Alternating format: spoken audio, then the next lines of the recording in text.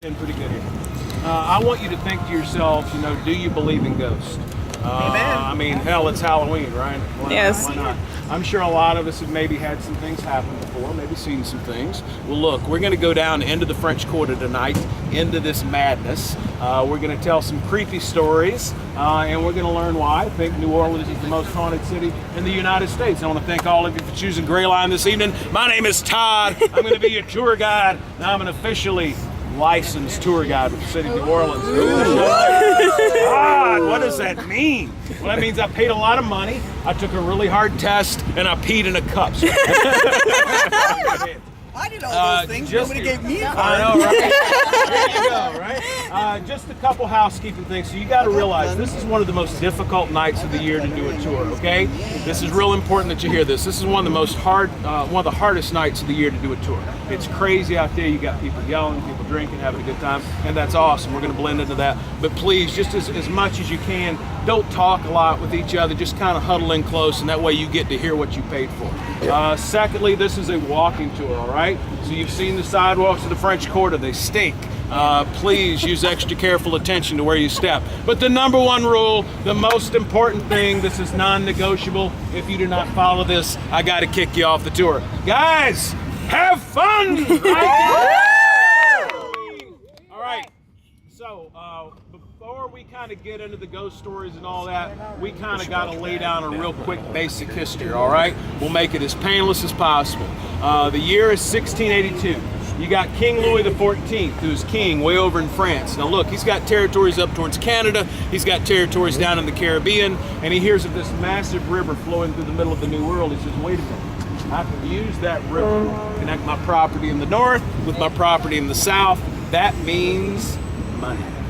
Not only that, but you got England in control on the east coast. Spain has interest to our west. He knows if he can kind of drive a wedge right between those two, heck, he can do whatever he wants. So he's going to send the French explorer De La Salle down the Mississippi River from way up around modern-day Peoria, Illinois. Takes him a couple months. He comes out about 100 miles south of here, right at the mouth of the river. He pulls his boat up on the shore, plants his flag in the ground, and he says, I declare all of the land drained by this river for King Louis. And I shall call it, we'll see how smart of a group we got tonight. What's he going to call this? There you go. Hey, somebody last night shouted out Mississippi. So we got right? Canadians, they know that. Right? The key word there, folks, is drain. This river drains right about 30% of the modern continental United States. So that's a ton of land. Well, look, 35 years goes by, nothing happens around here until 1718. 1718, you got a French-Canadian statesman by the name of Bienville. He sails all the way from France, across the Atlantic, through the Gulf, powers up the river. And how many of you have been down here to Café du Monde to get some beignets, cafe like New Orleans institution, right? Yeah. Never wear black to Café du Monde because the powdered sugar is going to go all over you, all right?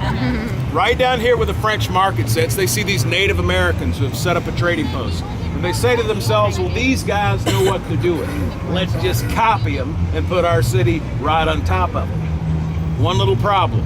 What they failed to realize is the Native Americans use this area as a seasonal trading post because they had the knowledge, the wisdom to know what we all know now, that this is a horrible place to put a city, right? I mean, come on, we're in the middle of a damn swamp. We got alligators, we got venomous snakes, we got mosquitoes that carry yellow fever. We got a little thing called hurricanes. And I ain't talking about them red drinks with pound batteries that you got here. And then every spring, this nice little river is going to flood its banks from the snowfall up north and flood this entire area. The French find out very early on that this is an easy place to die. Fix it. And they drop it like flies. Basically 50 years goes by, the whole thing's a disaster. France is finally done. They give us to Spain. Spain comes in here, the city burns down twice. Spain gets finished with us, they pawn us back on France.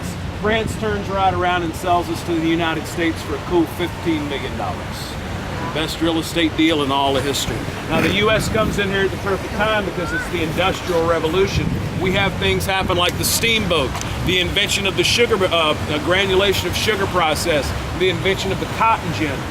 All that innovation means that by 1850, New Orleans per capita is the wealthiest city in the United States. And with all that commerce come the people and the ships. And who rides on these ships? Sailors, right? Sailors don't have a reputation, do they? No, they're all off. Look, yeah. We got a few of those. We got a few of those. Look, these sailors come into the city by the thousands. They descend upon the French Quarter. They go into the bar rooms, into the brothels, into the card houses. They're drinking, they're fighting, they're killing. We average 3 murders a night in this city at that time. Bodies dumped in the back alleys, bodies dumped in the river. It's so bad, it's so out of control that between the violence and the yellow fever, by 1850, not only are we the wealthiest city, hell, we're also, the deadliest city. So when you take all the tragedy, all the disease, disaster, violence, murder, you end up with a lot of people here who left this world before their time was up. A lot of souls just kind of snuffed out like that. And when all the energy is just cut off, it doesn't just evaporate up into the atmosphere and blow away with the wind. This is not for theatrics, okay? It's a fact. You have a lot of heartbreaking, frankly, a lot of evil things that have happened in a concentrated area right here. You've got a lot of troubled souls still looking for revenge, still looking for redemption, still trying to sort out these issues that led to their end. But I don't want you thinking, okay, that it's all spooky and it's all creepy. I'll let you in on a little something, provided that you promise me you will not run back home and blab this to everybody. We don't want to publicize it, okay?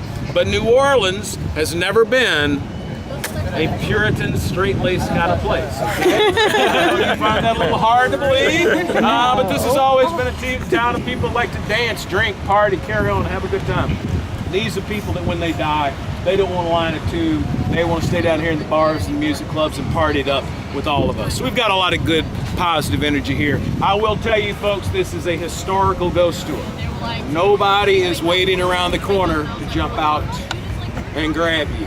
If somebody does grab you, you'll be in mugs. Just hand it up. That ain't gonna happen. Guys, it's gonna be loud out there. It's gonna be crazy, but you know what? Let's just have a damn good time. All right, let's go.